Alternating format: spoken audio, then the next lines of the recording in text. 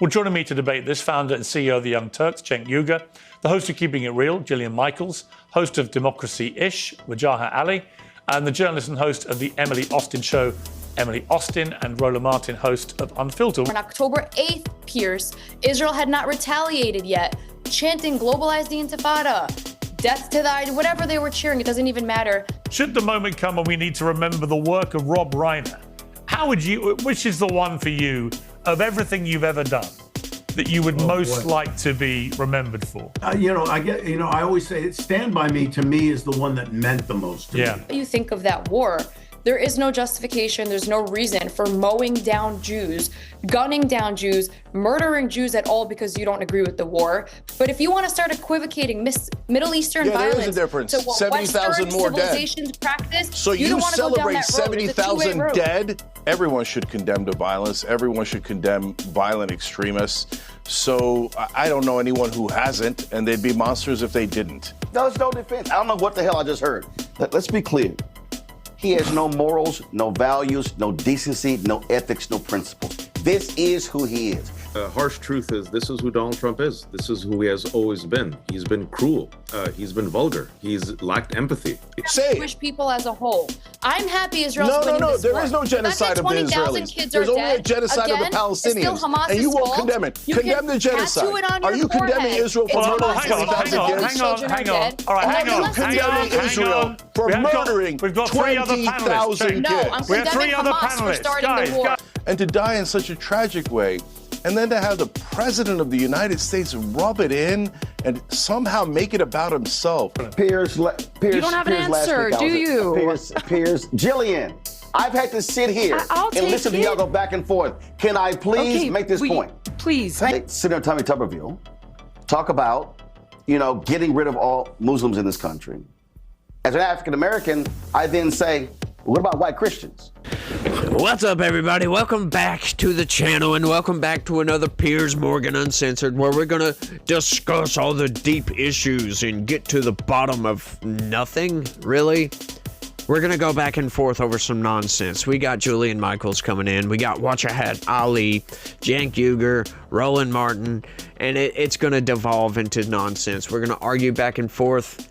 And me as in, we're going to break all this nonsense down and try to work out all these issues to give you guys a better understanding of what is actually going on with this. We had Trump this week make just a utterly disgusting, or had an utterly disgusting take on the death of Rob Reiner, which, in the wake of Charlie Kirk, this is what I talked about on my video I made about this. In the wake of Charlie Kirk, nobody should be making light of death.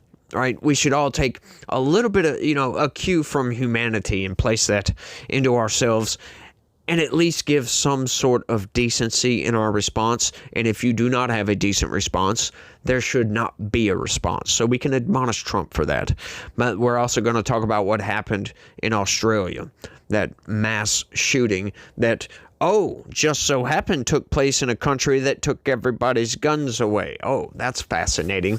And we're going to get into all that. And there's some interesting statistics that involve that particular situation. So you guys smash that like button for me. Subscribe if you're new around here. Share this video anywhere and everywhere you can. Click the join button.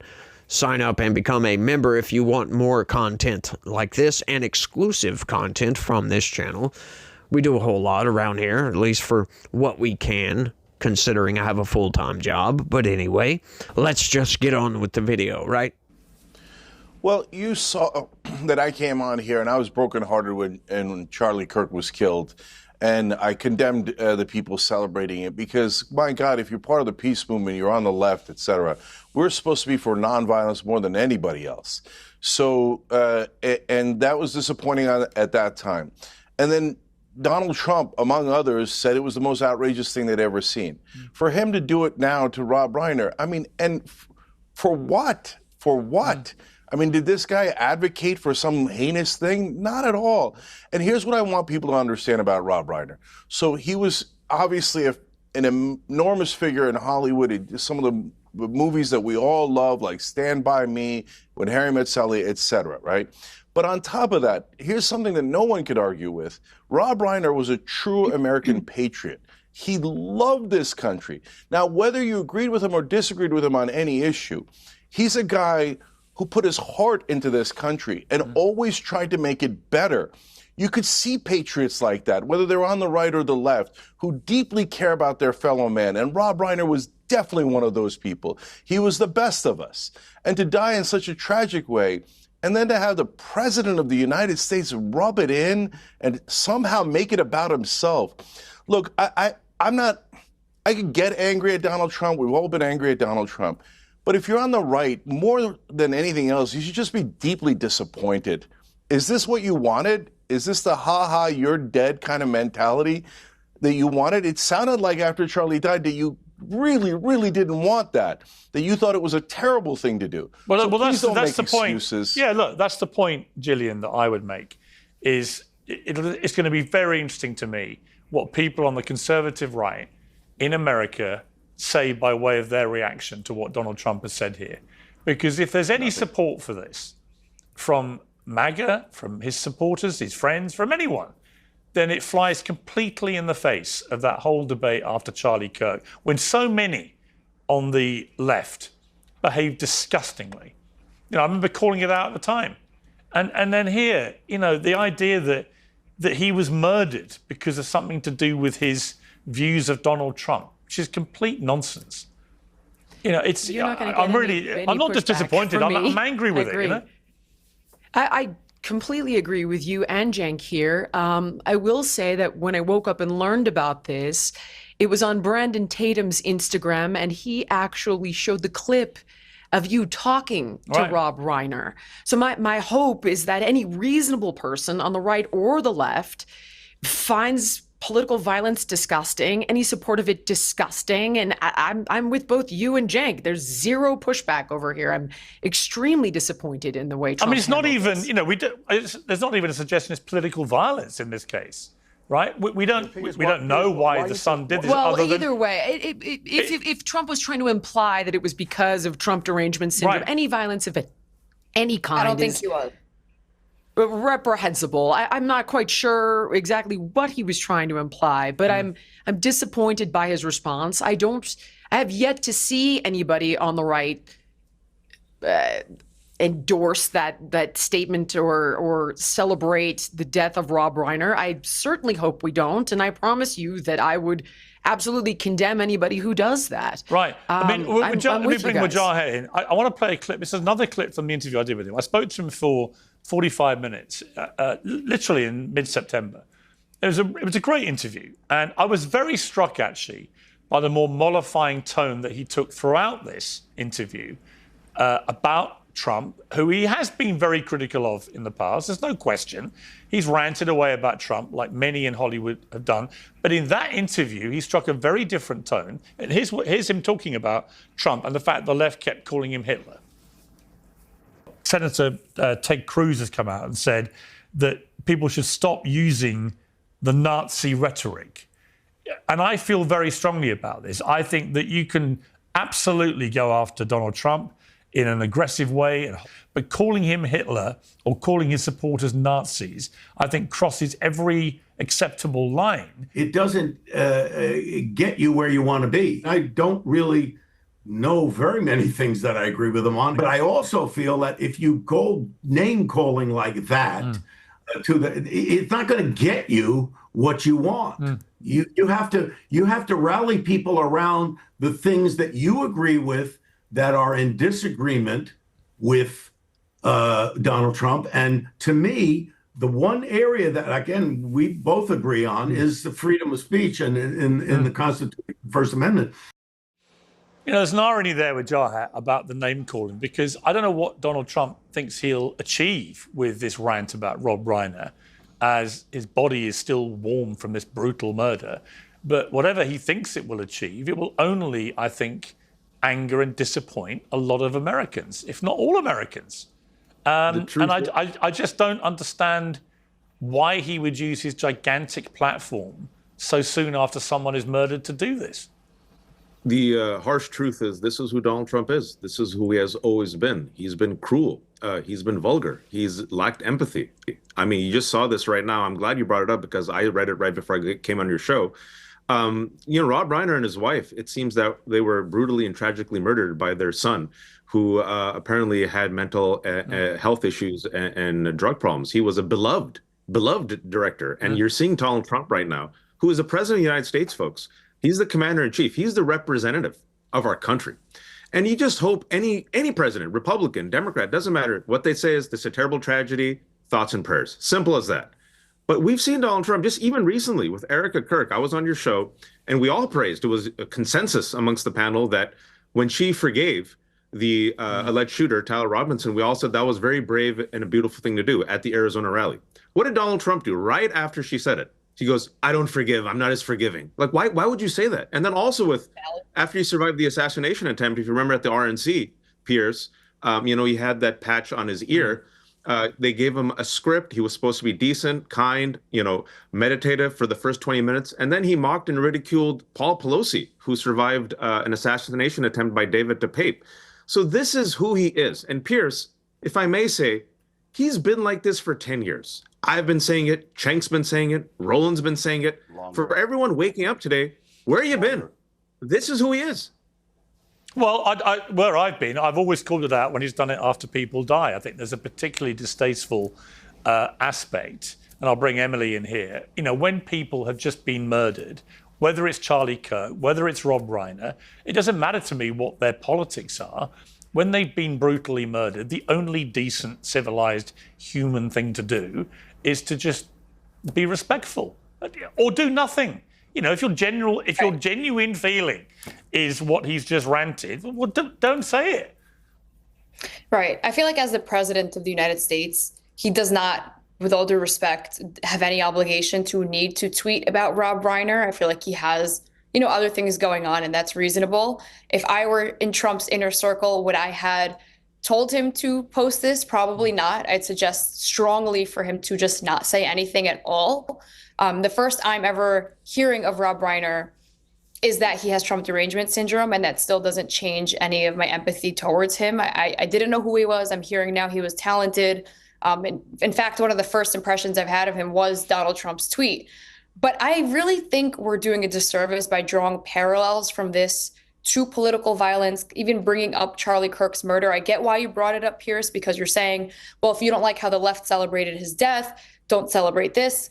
But nobody's celebrating Rob Reiner's death. I hope, as Jillian said, well, it sounds like Donald Trump is getting. Yeah, but look, it does sound like he's getting pretty close to it. I mean, when he says that, he got killed reportedly due to the anger he caused others with his mind-crippling disease, Trump derangement syndrome, there is zero evidence for any of that. He got killed by his deeply disturbed son after what the TMZ and New York Post and others are reporting was a terrible family argument. The son, Nick, who's now 32, was a screenwriter who battled and talked openly made a film about drug addiction, homelessness, and so on. But apparently, used whatever kind of implement to slit the throats of his parents. Yeah.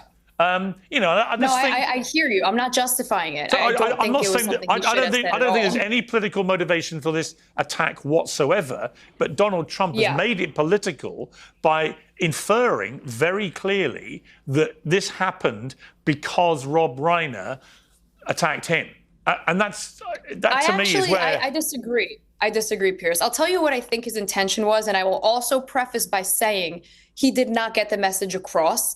I feel like his intention was, hey, everybody, look, although this man hated me, and although he had Trump derangement syndrome, he ended it, putting us together with may they rest in peace, whatever.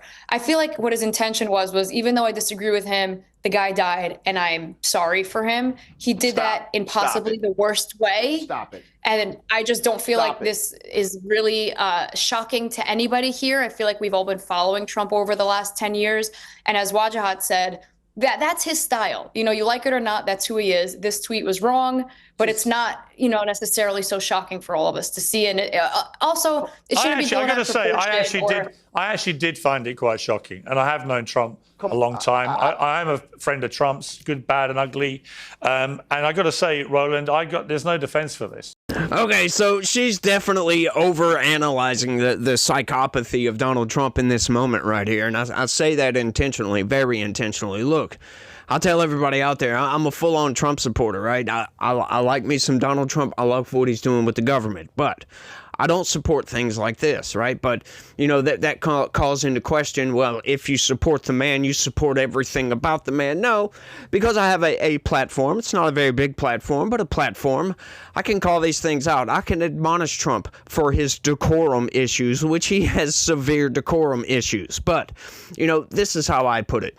You make statements like this, they're just utterly just disgusting statements, right? Like, it lacks in all humanity. I agree with Cenk Uygur on this, right? Like, yes, this is not what we voted for. We didn't vote for Donald Trump to do these things, but once again, nobody is perfect. You can't get the perfect candidate.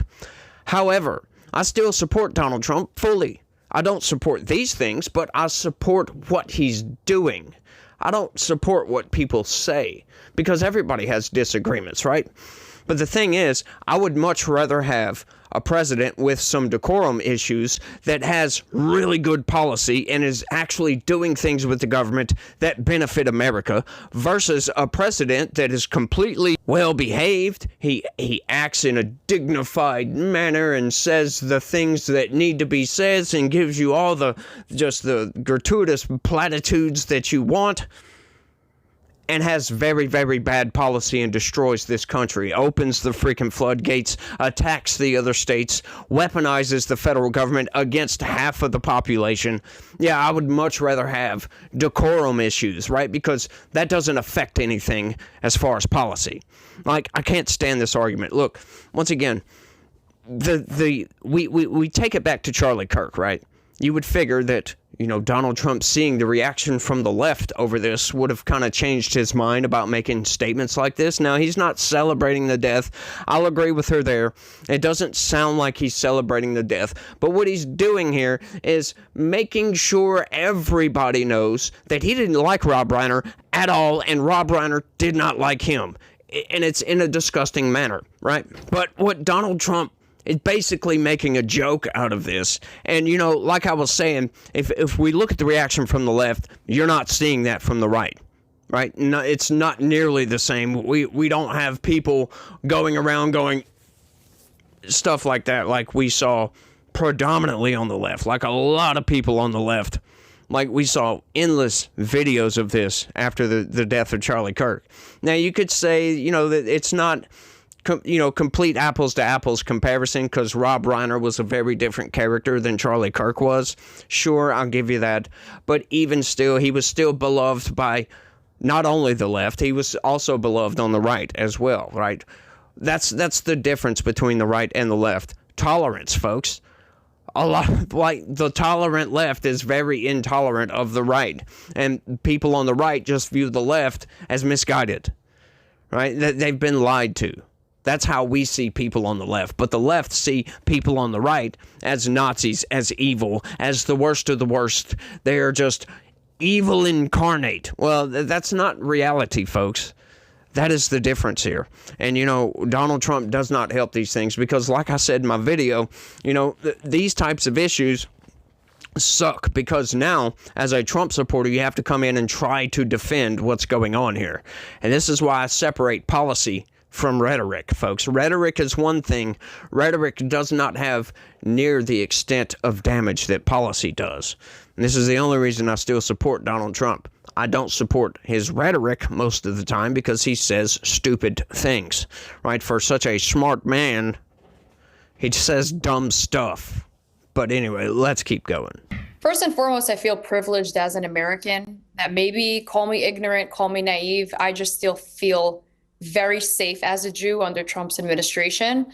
I don't have that privilege overseas. I'm very aware of my surroundings when I travel. Australia is a place of no travel for me because of the failure that we witnessed take fold yesterday. I feel like this could have been prevented.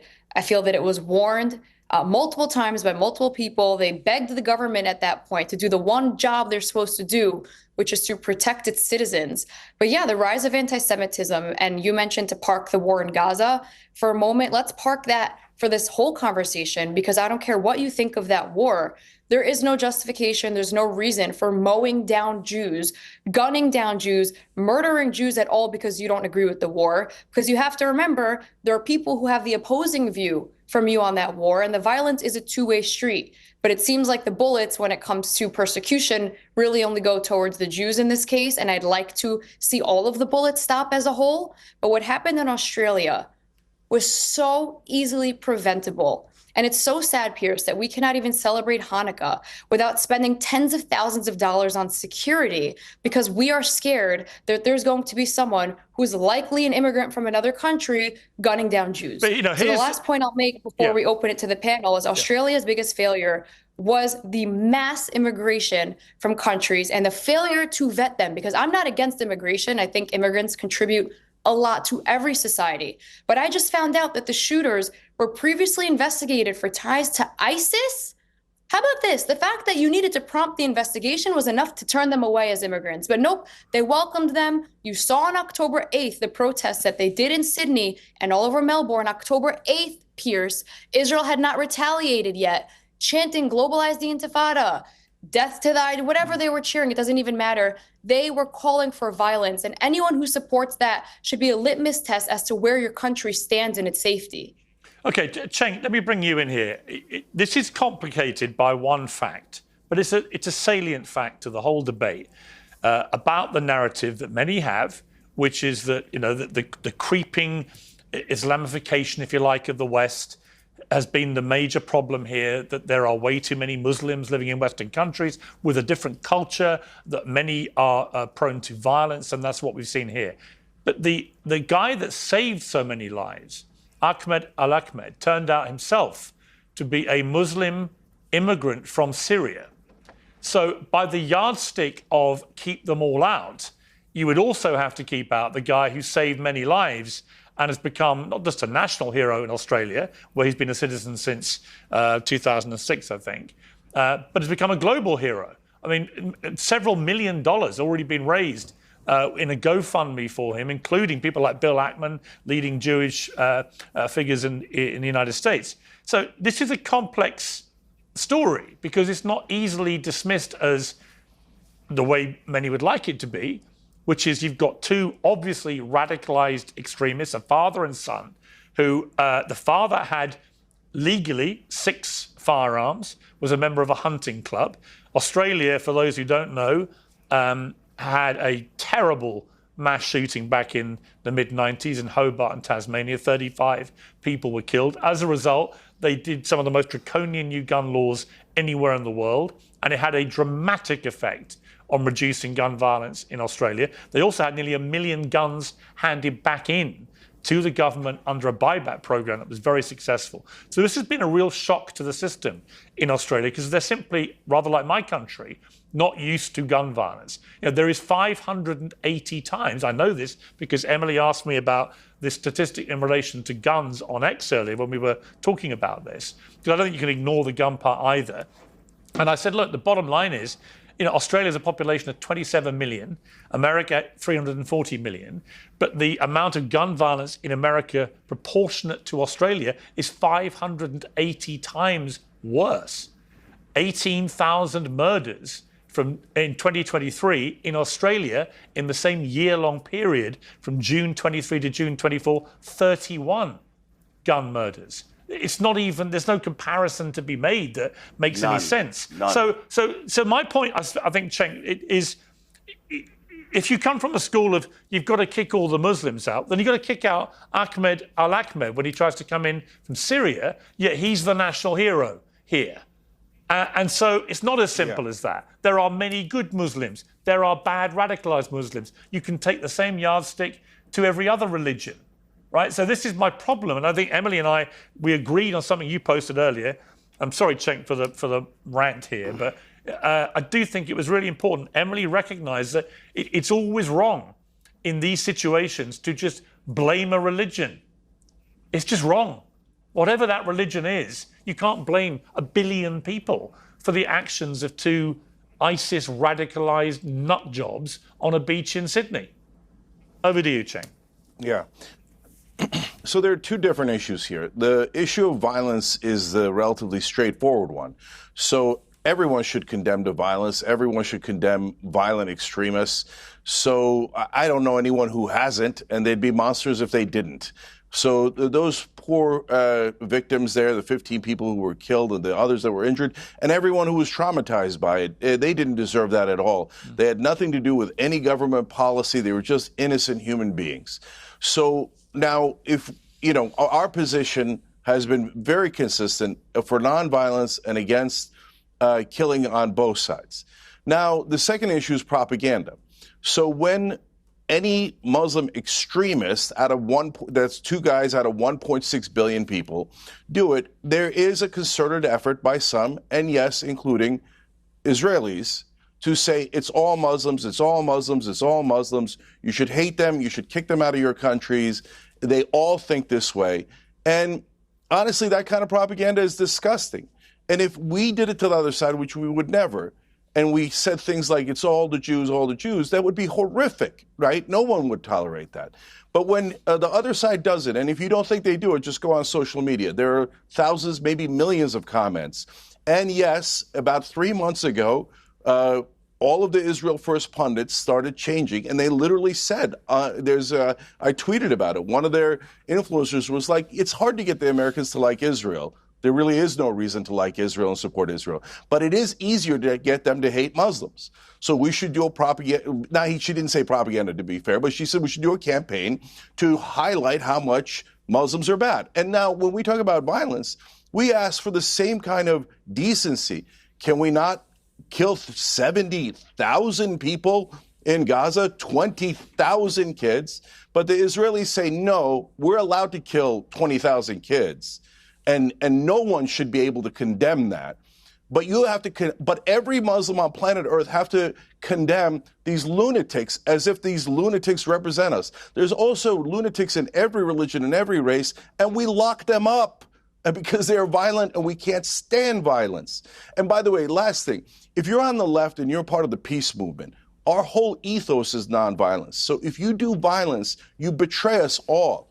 It is immoral. It is unintelligent, it is deeply counterproductive, and it is used by our enemies to further discriminate against Muslims, Arabs, Palestinians, etc. So it is the single worst thing you could do, but mainly, obviously, because of the deep immorality of killing innocent people. Okay, Gillian, Cenk, I think it's very immoral that you couldn't just take one conversation about a shooting in Australia without comparing it to a war in Gaza. There's a difference between celebrating a religious holiday on the beach and, thank God, Hamas losing a very nasty war in the Middle East. But if you want to start equivocating Middle Eastern violence, there is a difference. To what 70,000 more dead. Civilizations practice, so you celebrate 70,000 dead?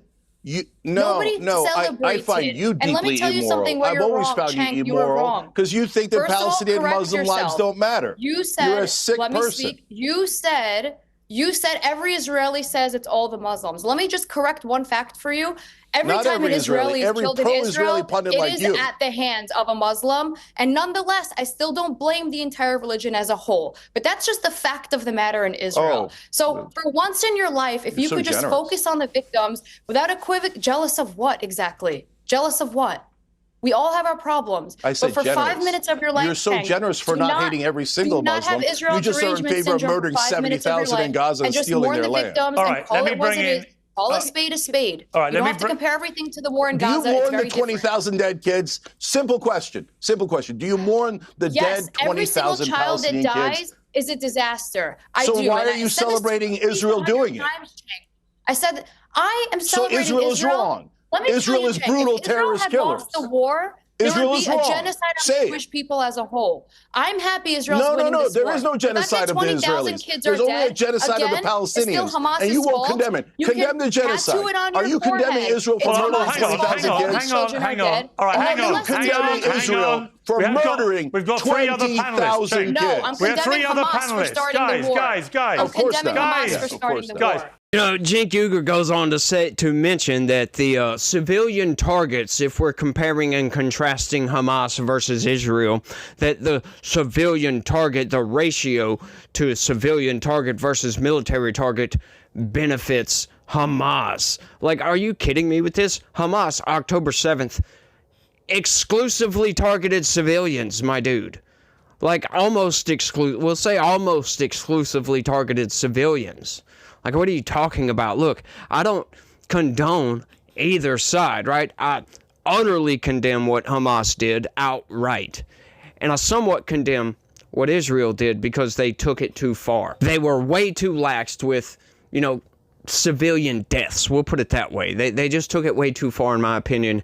But, I bring it back because this is one of those where I'm on the fence about, because how do you fight against people that will strap bombs to children and send those children into a food line to go get food and blow up Israelis? How do you fight against that, folks? Like, I just don't understand how people can't see that aspect to this. Like, this is why civilians died. It's because Hamas weaponized those civilians. It's as simple as that. Like, I still don't condone any of it, right? They could have went in a targeted fashion with strategic teams to go in and root out Hamas, right? It would have been a much more costly for Israel, but even still, they could have done that, but they chose not to. They chose just blanket bombing these places, right? Look, I understand. They also sent out flyers. They sent out pamphlets or whatever it may be to warn these people that they were about to bomb this building, about to bomb this hospital or a school, because why? Why? Like, the people raise these issues. Well, they blew up a hospital. Why did they blow up that hospital? Like, people don't think about these things. Well, Hamas was using that as a headquarters. They were launching rockets from hospitals and schools, for goodness sakes. What are you going to do about that? Like, once again, they used anything and everything that they could to target Israel. And Israel did a lot to not try to target civilians, but ended up killing way too many civilians in the process. And I don't condemn any of it. I don't condone any of it. Sorry, I condemn most of it. Most of it. Everything from the Hamas side and most of it from the Israeli side, but not all of it, because they got to defend themselves. They got to root out Hamas some form or fashion. But let's get back to the issue at hand here. Okay, so, he talks about the gun buyback program that Australia did in the late 90s, early 2000s. I forget exactly when that was. How did that work out for you guys? Did that work out so great? Did that prevent all mass shootings? No, yeah, it cut them down, sure, but did it prevent? Because that's the measure, right? You're seeking to prevent mass shootings from taking place. Did it work? No, it did not work, folks. And you are stripping the rights away from the people to defend themselves when the time comes to defend themselves, right? These people could have been stopped much earlier by a good guy with a gun, right? Let me throw out some interesting statistics here, okay? In the United States, we'll go with the United States. I know this is Australia, but in the United States, right? Not every single one. 94%. If you take away gang violence, 100% of mass shootings take place in gun-free zones. Yes, so 94% of all mass shootings take place in gun-free zones. How did those gun-free zones work out? That's interesting. Very interesting if you think. Okay, so let's look at this statistic as well. They start talking about in the United States, I think there's 40-something thousand gun deaths on average per year. Something like that. That sounds like a lot, don't it? Oh, well, gun violence is really bad. Well, let's look at vehicle accidents or deaths caused by drunk drivers or something like this. They rival each other. But that's not the interesting statistic here. The interesting statistic is how many gun violence incidents are prevented. Once again, how many self-defense uses of a gun are there in the United States? Think about that. There's 40-something thousand gun deaths. How many do you guys think? Let me know down in the comments before I actually give you the answer, or you could just wait till I give you the answer, because asking you to do that is kind of ridiculous, and I disavow what I just did by asking you guys to do that. So let me just give you the statistics right off. Okay, so it varies from year to year, but it's anywhere from 500,000 to 3 million self-defense uses of a gun every single year, folks. Do you think guns do more to save lives or do they take away more lives? I think the statistics are clear on this. And that is just the reported incidents, right? Once again, folks, some of these incidences, they're not reported because why? Well, you halted that robbery where you were going to get mugged, but you stopped the guy with the gun. Or you halted that store robbery where you stopped the guy, where you pulled out a gun and the guy may had a knife or something like that and you stopped him from robbing the store.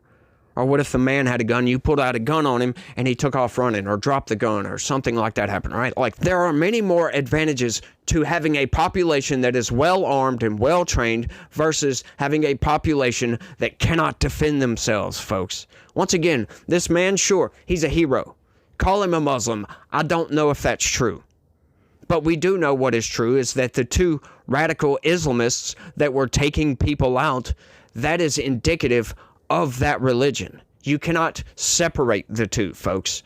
That is what that religion prescribes. As a matter of fact, you go through and start reading the text, the Islamist fundamentalists, that's what's going to happen, folks. That is where that religion is going to lead, unless it is stopped, unless the Muslims themselves go after the radical Islamists. And do we see that?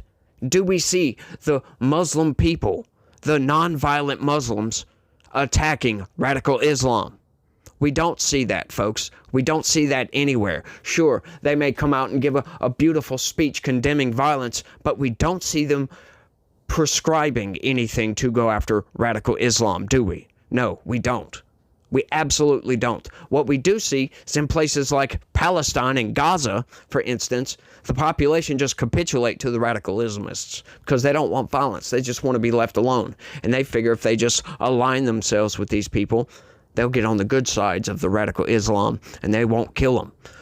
Once again, folks, you cannot import Islam into a Christian nation. Those two religions are antithetical to each other, right? A lot of people believe that, secular humanism, atheism, that is the final boss, if you will, of Christianity. It's not. You go reading out through the book, right? Once again, the enemy of Christians is the only religion in the world that prescribes beheading the infidels, which are Christians.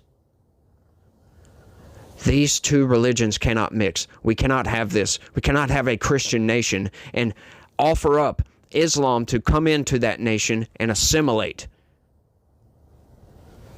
It just doesn't work, folks, and it's not going to work. I'm not saying we can't have Muslims in the country. What I am saying is we cannot import these people from third world nations where radical Islam exists, where these radical Islamists have ruled over these nations for a while. We can't import people from those nations.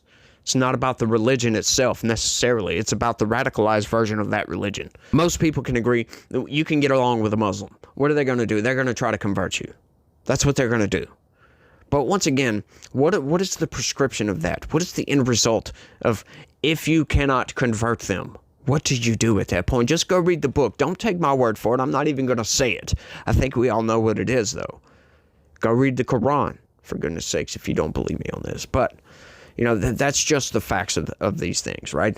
You can't ensure the safety of a population by disarming that population. It just doesn't work, folks. Once again, the statistics don't bear that out. They actually say the opposite of that. Sure, has gun violence gone down in Australia? Yeah, nobody has any freaking guns, for goodness sakes.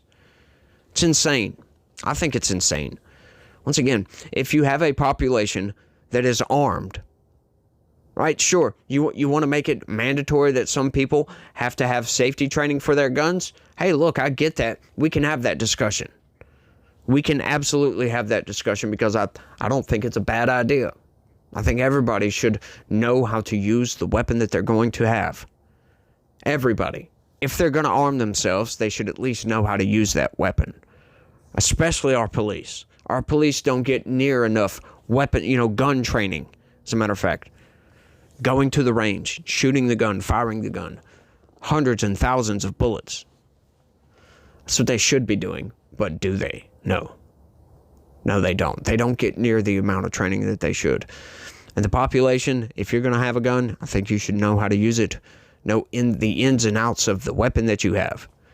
Absolutely. And I think we would be much better off if more people knew how to use the weapon that they had and actually carried that weapon on them. less gun-free zones, for goodness sakes, because I think police officers at schools with guns is a good thing. It's a very good thing. You protect those children, because any of those school shooters could be immediately stopped by an officer with a gun. That's what we do around here. I don't know about where you guys are from, but every school in my area has 2, they call them resource officers, 2 sheriff department officers with a weapon on campus every single day, and they patrol. That's all they do, folks, keeping the kids safe. And it's a very, very good system. And then you got all the electronic locks and all that nonsense to make sure people don't get in the building. And they're fairly strict on these issues. Fairly strict. But anyway, this devolves into, Christianity versus Muslim. So let's get into that. Ahmed al-Ahmed is a 43-year-old Muslim fruit vendor who, unarmed, decided to bum rush one of the terrorists, disarmed him, took the gun while he was being shot at. Was shot twice. I didn't realize this at first when I saw that amazing video, but then I later saw that he was shot twice. He held off the other shooter, and he saved lives. In Germany, in March, there was a deranged Saudi national who, by the way, became radicalized by AfD and this type of white nationalism and ended up hating Islam. He rammed a truck in a terrorist attack through a crowd. You know who stopped him? A Pakistani Muslim cab driver in Germany stopped him. When there was an attack on Jews in France a couple of years ago, there was an African black immigrant who protected them. This is the story of an individual who decided to lean into empathy and decency and compassion and squared off against 2 individuals who were radicalized, we don't know how, and saw Jews as the target through their dehumanization. There are 1.7 billion Muslim people on Earth. Jillian's talking points are from 2001, which is why I yawned. The DeLorean right now is in 2025. Listen, I've been in this for a long time, Jillian. I know you're just discovering this. Congratulations. I think I've also. Let me just finish. Okay, I let you say a lot of hateful, stupid, reckless things about Muslim Islam. I sat there and, would you like to say 1? I just sat there. That's 20 million people. Jillian, you are you by your own admission.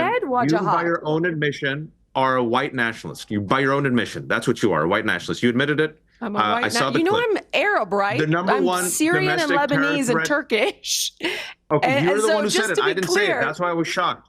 Jillian, let me just finish. When did I say I was a white nationalist? You're not a white nationalist? When was that? There was a... Okay, wasn't there a clip that saying you were a white nationalist? You're not a white nationalist. No. Okay, interesting. Interesting to know. All right. Where's the clip that I said I was a white nationalist? I'm under the mistaken impression. I thought you were a white nationalist. I'm glad you're not. But let me just finish. Okay. Since 2001, Piers, you and I on this panel. You and I on this panel. How about a little homework, Wajahat? How about just a little? All right, let's do homework.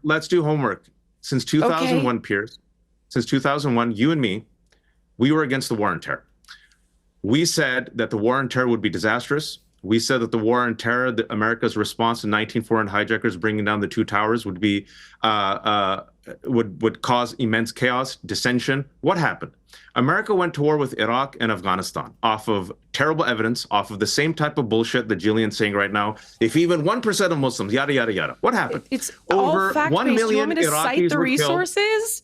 Over 1 million Iraqis were killed. Just, Jillian, let me finish. Over 1 million Iraqis were killed. Afghans counterterrorism discourse intelligence estimate. And it led to the radicalization of ISIS. The European Court of Human Rights. It brought nothing but pain and misery and division. Muslims, Jews aren't going anywhere, folks. We're in this together.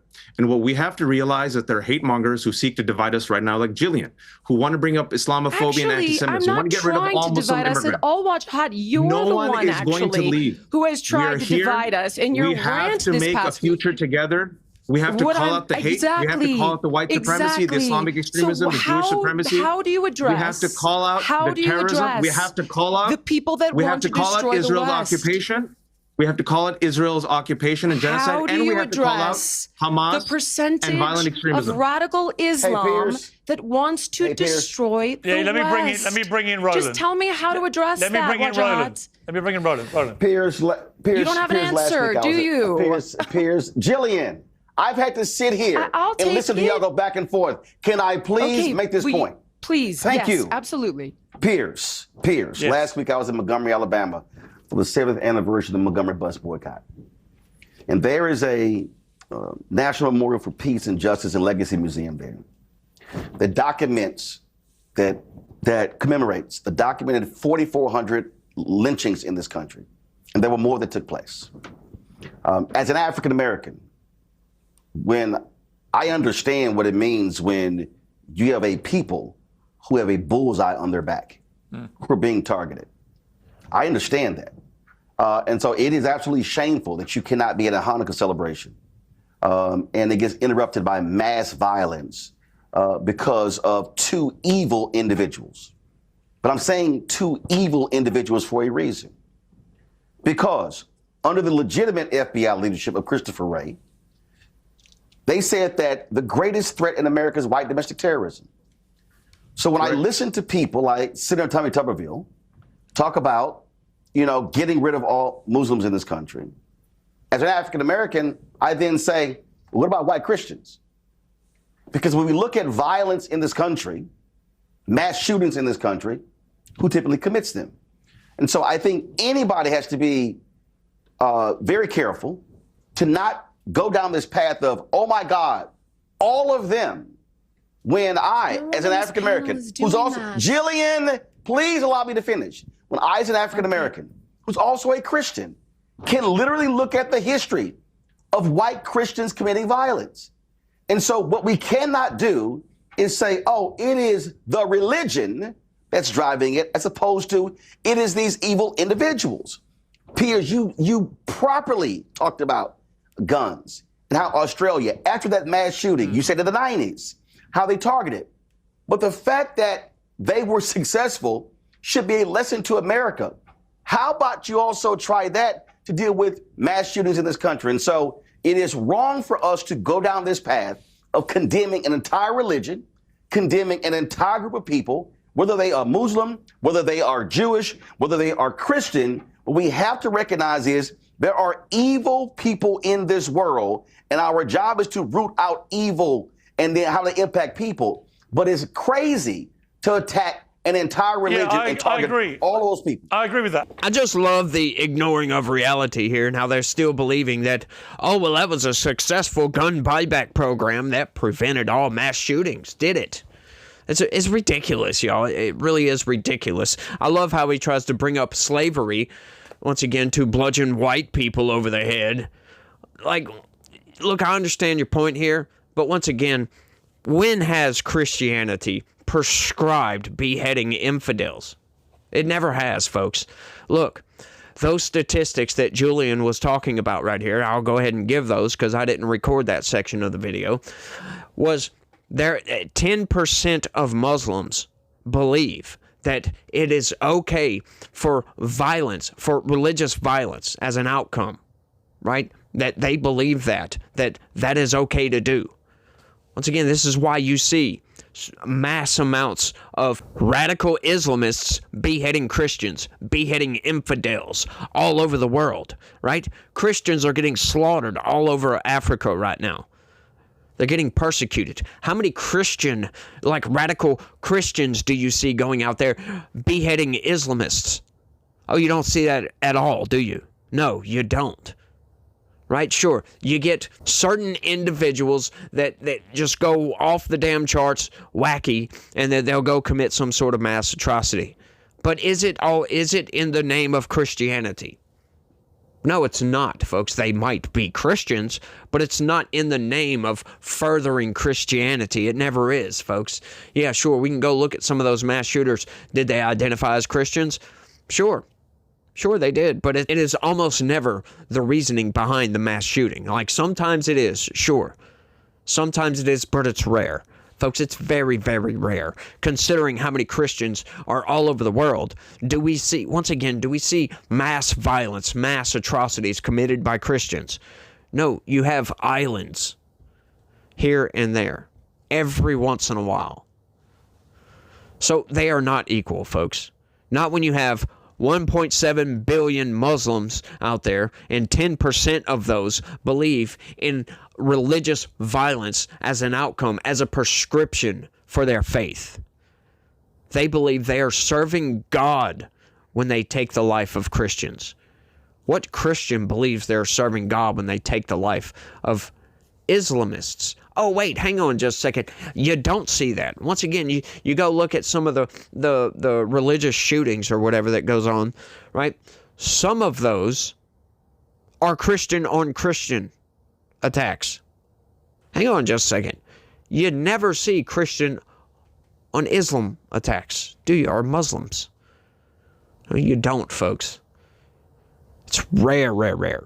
You hardly ever see that. So, look, once again, these people, they are trying to force multiculturalism. Christianity and radical Islam can't exist together.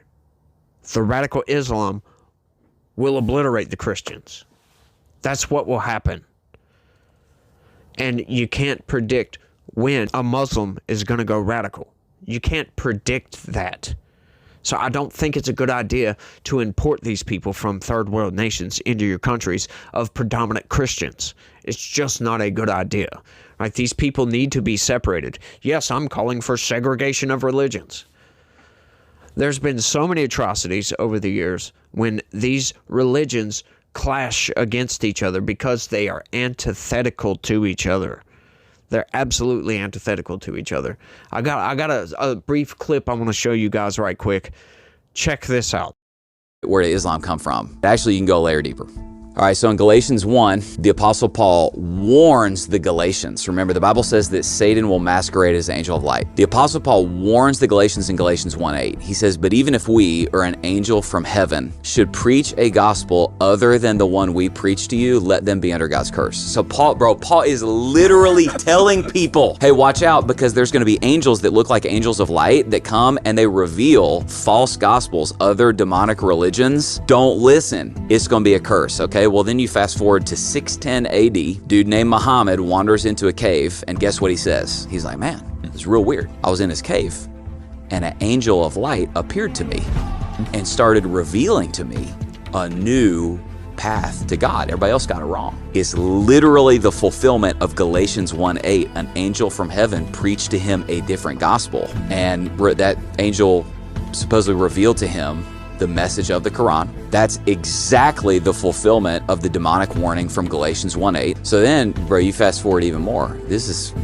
stuff gets, whenever you're talking eschatology, you're making your best biblically informed guess. So that's what I'm doing right here. It is interesting to me that in Revelation 20, it says there's gonna be a whole bunch of Christians, and it doesn't say killed, it says beheaded. There is one religion in the history of the world that has gloried specifically in beheading as this form of execution of infidels in there, and it's Islam. Now I'll do one more. Jesus, in John 16:2, he's talking about the end times, towards the end of history. I'm gonna read you exactly what he says. The time is coming when whoever kills you, talking to his disciples, will think he is offering service to God. Secularism is not the final threat. The final boss that will face Christians before the return of Christ is not atheism, it's not secularism. That says it will be another religion who they think that killing Christians, killing the people of God, is actually a service to their God. Wow. And that is exactly what Islam has historically prescribed. Yes, that is very fascinating. When you think about it, once again, once you dive off into the prescriptions of all these things, you don't see anywhere in Christianity to behead the infidels. Not at all, right? People want to talk about the Old Testament. Oh, there's mass slaughters. Sure, they committed atrocities thousands of years ago in the name of God, right? But is that what Christianity actually prescribes? No, it doesn't. You got to add the New Testament in with that, because that makes the religion as a whole. The New Testament calls for a much, much, much, much, much, much more peaceful solution to problems, folks. These days, Christians are like, just leave us alone and let us worship God, for goodness sakes. That's what it's all about, peace and love. Trying to convert people from atheist to Christianity. Trying to convert people from Islam to Christianity, because that is the truth, the light, and the way. We believe that the Islamists, the people that follow Muhammad. That is wrong. It is not a religion. It's a political movement. Because that's what it does. That's what the prescriptions are. To take over nations and install Sharia law. That's what that is. We created an entire country. It was created by its foundations of Christians to be a secular government. Do you see this in the Muslim world, folks? No, you don't. Once again, let's compare and contrast here. You don't see that at all. We said freedom of religion. Can you go do that in some of these Muslim nations? No, you get slaughtered. It's insane that they're trying to say, oh, well, you can't single out the religion. Well, that's what the religion prescribes, for goodness sakes. It's all insane, y'all, but y'all let me know. I think I've rambled on for long enough. Made my points clear. You guys let me know what y'all think about all this down in the comments section. Y'all don't forget to smash that like button for me. Subscribe if you're new around here and share this video anywhere and everywhere you can. Click the join button if you would, if you'd be so kind. I'd be eternally grateful. But regardless of all that, you guys try to have a good day. Oh, and don't forget, you got to remember this. Look, God has a plan for everybody, right? Even the infidels. God has a plan for everybody. And look, we must seek understanding of what that plan is. What does God want us to do?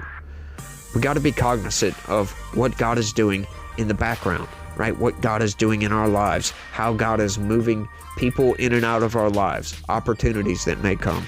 We've got to understand these things and try to work toward that path. We can't try to force our own will onto God, right? We got to try to merge our will with what God wants for us. That is what we need to do as Christians, folks. Love everybody. And don't go shooting up anything. So, you guys try to have a good day. Stay legitical. Peace.